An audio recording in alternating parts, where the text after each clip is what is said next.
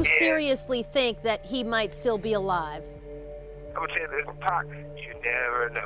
Tupac Shakur didn't actually die in '96 and is still alive. He's told me, I basically asked, well, was Tupac only pretending to be in order to appeal to gangs and politicize them? And he said yes, was just using that in order to get the and the leaders to call peace truces, first in Los Angeles, then throughout California, and then throughout the country. And that was why he was pretending to be this type. Because I believe Tupac didn't die. Really? You think Tupac's still alive? A Tupac was just spotted after 30 years, and what's coming out now feels darker than anything people were ever told. The truth behind his disappearance is starting to surface, and it's shaking everything believed about that night in 1996.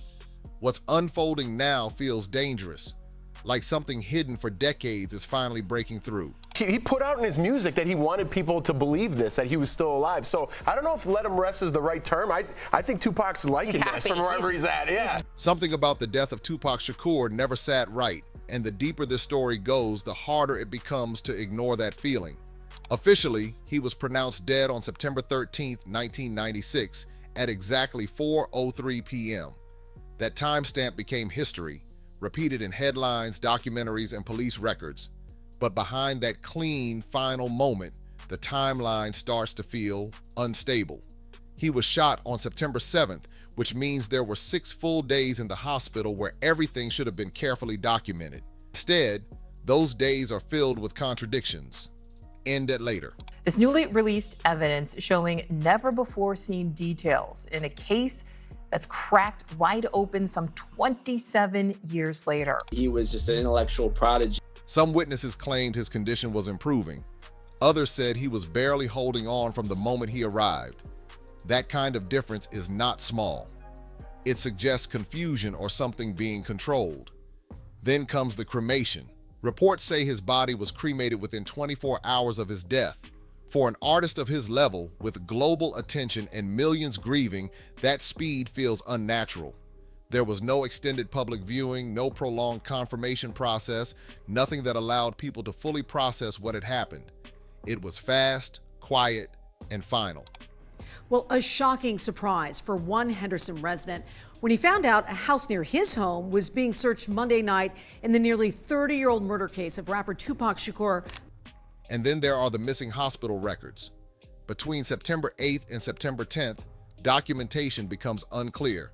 Gaps appear where there should have been detailed updates. No solid explanation has ever been given for that missing information. It creates a hole in the story that cannot be easily filled. For years, this was dismissed as chaos or poor record keeping, but when you combine it with everything else, it starts to feel like something was removed on purpose. Not corrected, not clarified, just gone. My closest friends, my homies, I done took care of everything for them, looked out for them, put them in the game, everything turned on me. Fear is stronger than love. Remember that. Now go back to the night of September 7th, 1996. Las Vegas. The version told to the public was simple. A drive-by shooting, sudden and violent, but when you slow it down, it doesn't feel random. Tupac was in a black BMW with Suge Knight leaving a Mike Tyson fight. The route they took was predictable. The timing was known. Anyone watching closely would have known exactly where to find them. And then, at a red light, the attack happened. 13 shots were fired. 4 bullets hit Tupac. The shooting was fast, controlled, and precise. Shakur was gunned down here in Las Vegas back in 1996. No one was ever charged, but now a televised confession. This was not messy. It was not careless. It looked planned. And despite the scale of the crime, no one was ever truly held accountable in a way that closed the case. No clear resolution, no final answer. For something this big, that silence is loud. It suggests that what happened that night may have been more than a random act of violence. It begins to feel like a setup, something calculated from the start. You are going to be placed under arrest. Me? Mm-hmm. You're Allie, right? Yeah. Now jump forward nearly 30 years. March 8th, 2026. A security camera in Rosarito, Mexico captures footage at exactly 2:17 a.m. A man steps out of a private compound. At first glance, it seems ordinary, but then people start paying attention. The way he moves, the posture, the subtle details that trigger recognition. Something about him feels familiar in a way that is difficult to ignore. I'm on the Pingree Park Road, and I have a dead body.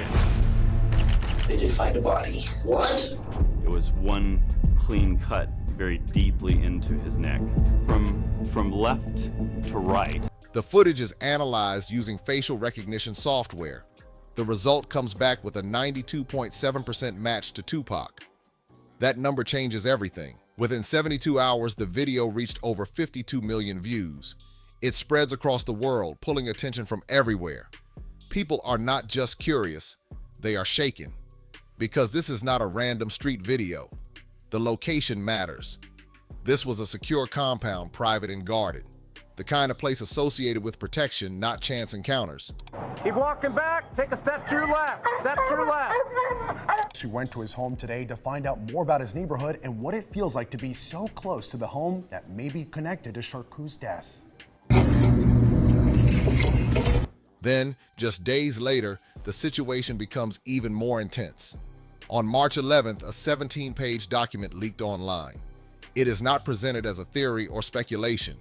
It reads like an operational file.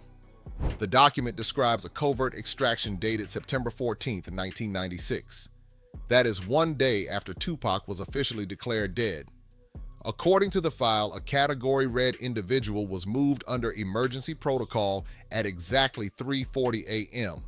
If you knew who killed Tupac, would you tell the police?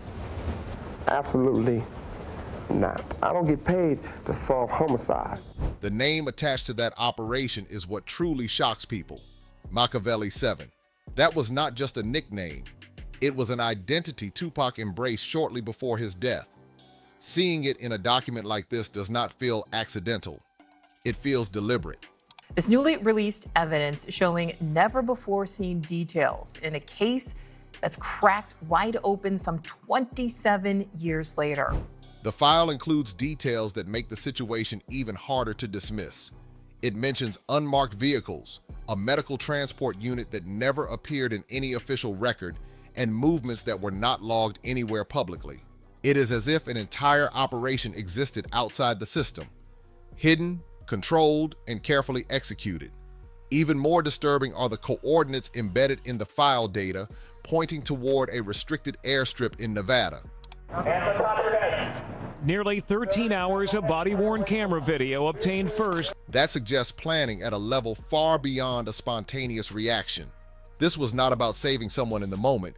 It looks like a structured extraction, something prepared in advance, clean, fast, and invisible.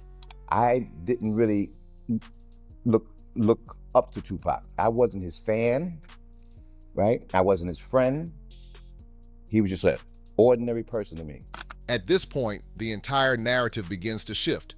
The question is no longer just about who was responsible for the shooting. It becomes something much deeper. What if Tupac did not die that night at all?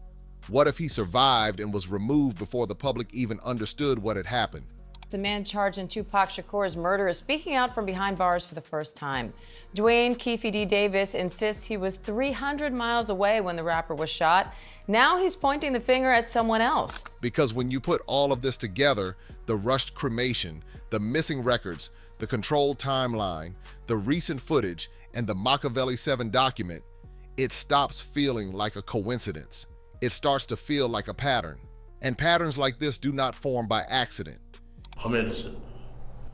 I ain't killed nobody, never did ever kill nobody. They don't have no evidence against me. Came and put me in Las Vegas. If he was taken and hidden, then someone made that decision.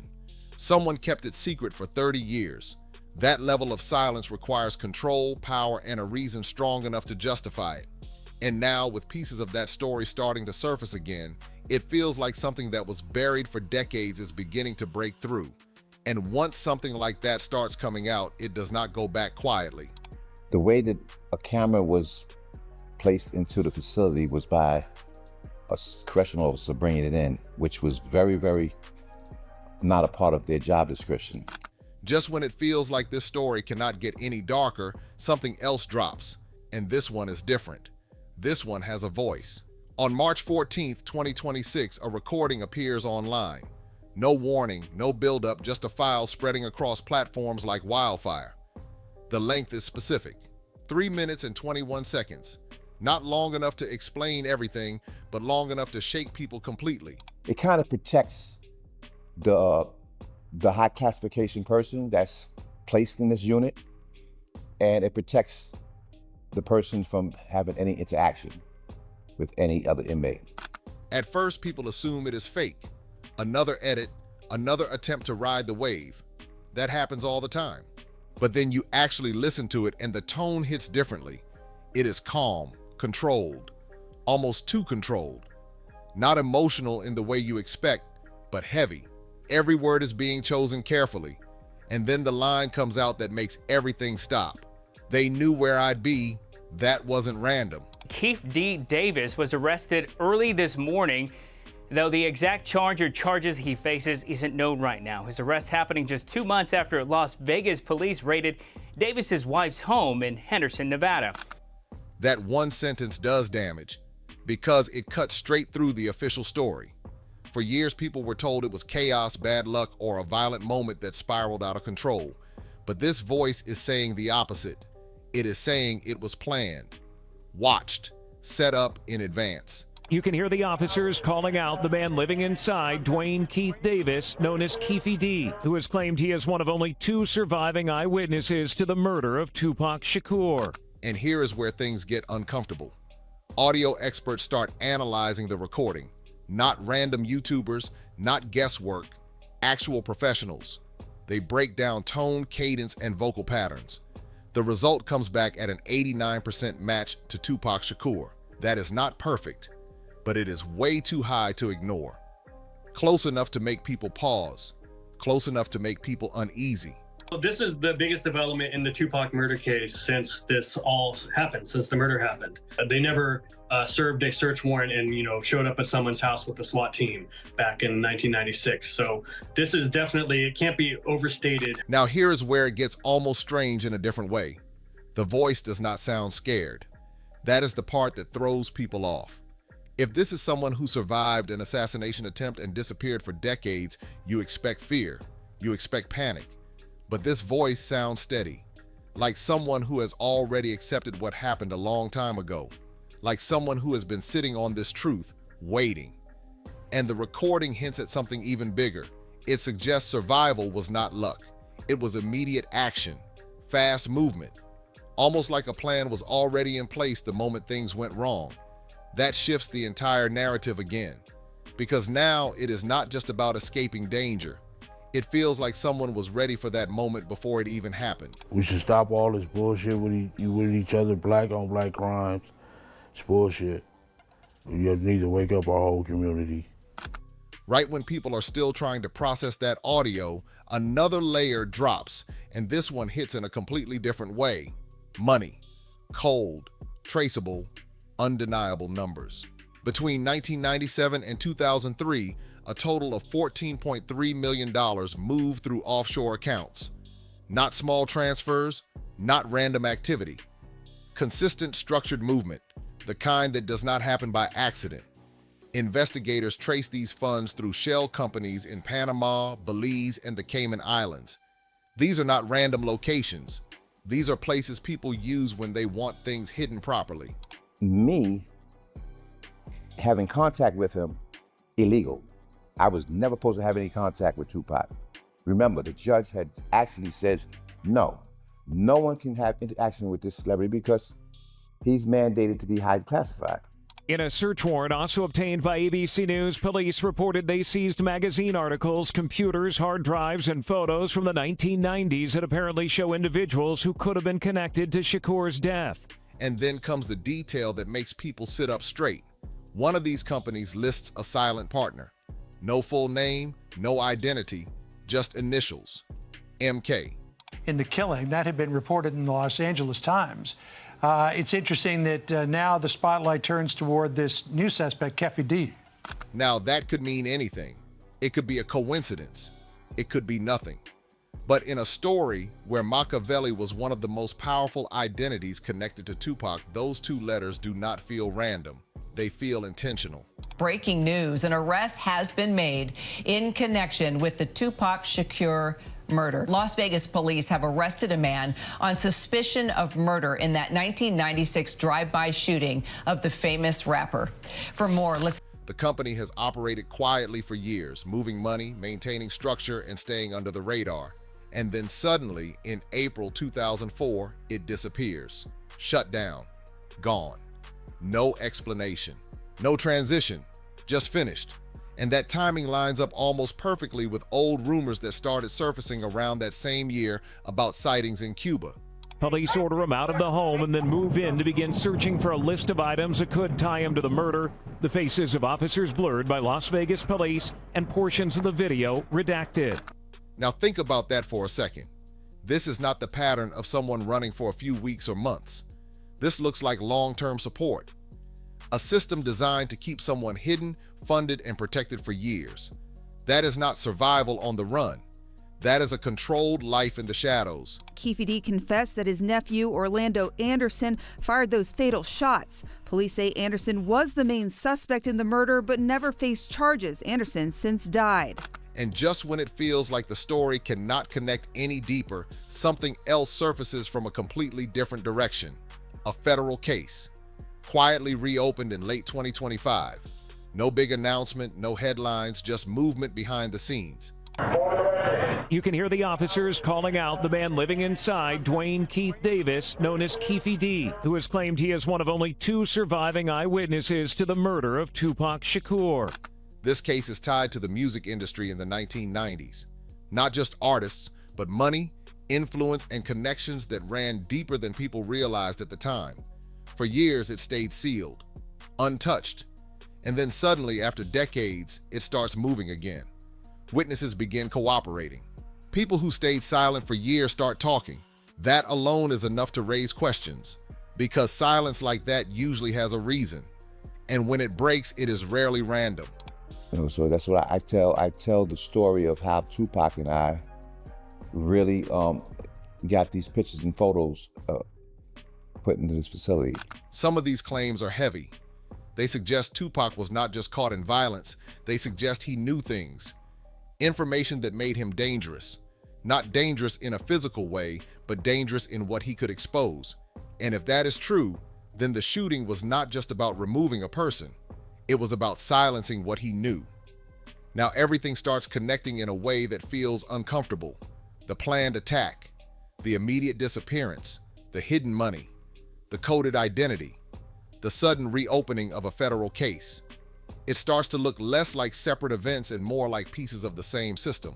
I heard like a female voice. I thought I heard something behind me, yeah. Dude, that was a voice, clear as day. That was a male voice. It just feels like something is on the stairs watching me. And here is the part that really sticks. If he is alive, and if all of this is connected, then his timing matters. Coming back now after 30 years would not be random. It would mean something is changing, something that was hidden is getting closer to the surface, because people do not stay silent for 3 decades without a reason. And they definitely do not come back without one. Henderson, that's about 15 miles southeast of the Vegas Strip. Shakur was at a red light just a block from the Strip when he was shot multiple times. He was in the Cadillac, the white vehicle that pulled up beside Suge Knight and Tupac on that Las Vegas Strip, but it's not clear yet who is the actual shooter. Just when people are still trying to recover from the Mexico footage and that chilling audio, another sighting hits. And this one feels even more real. March 20th, 26, San Diego Marina. Time is exact, 11:06 p.m. Not daytime, not crowded, not random. Late night, controlled environment, the kind of place where movements are quiet and deliberate. Yeah, and according to AP's reporting, this is a person who was somehow involved, and according to his memoir, he was there at the time of the shooting. And a black SUV pulls up. Nothing unusual at first. Cars come and go all the time. But then the door opens and a man steps out. Witnesses say everything about him felt familiar in a way that made their stomach drop. Older, yes. Heavier, yes. A gray beard now. Time clearly passed over him. But the structure of the face, the presence, The way he carried himself, it triggered something immediate. And a retired LAPD detective says that Diddy is the one who ordered the hit on Tupac in Vegas. In 2006, the investigation into Biggie's death was reopened because the city wanted more evidence to defend themselves against a lawsuit. And here is where it gets strange. He was not alone. Two men stepped out with him, moving like trained security, focused and scanning everything. Not casual, not relaxed. The kind of presence that signals protection, not hiding. What stands out even more is his behavior. He did not look like someone on the run. No panic, no hesitation. He looked calm, aware, almost prepared. Like he knew exactly where he was and why he was there. One witness said something chilling. He did not look like he was hiding. He looked like he was waiting. That changes everything. Waiting for what? And after 30 years of silence, why now? That kind of disappearance is not running. It is a complete reset. If the 1996 shooting was planned, then vanishing was not a choice. It was survival. And when you connect it to the offshore money and structured support, it starts to feel organized. But silence does not last forever. If old cases are reopening and people are talking again, staying hidden may not be protection anymore. It may be the reason to come back,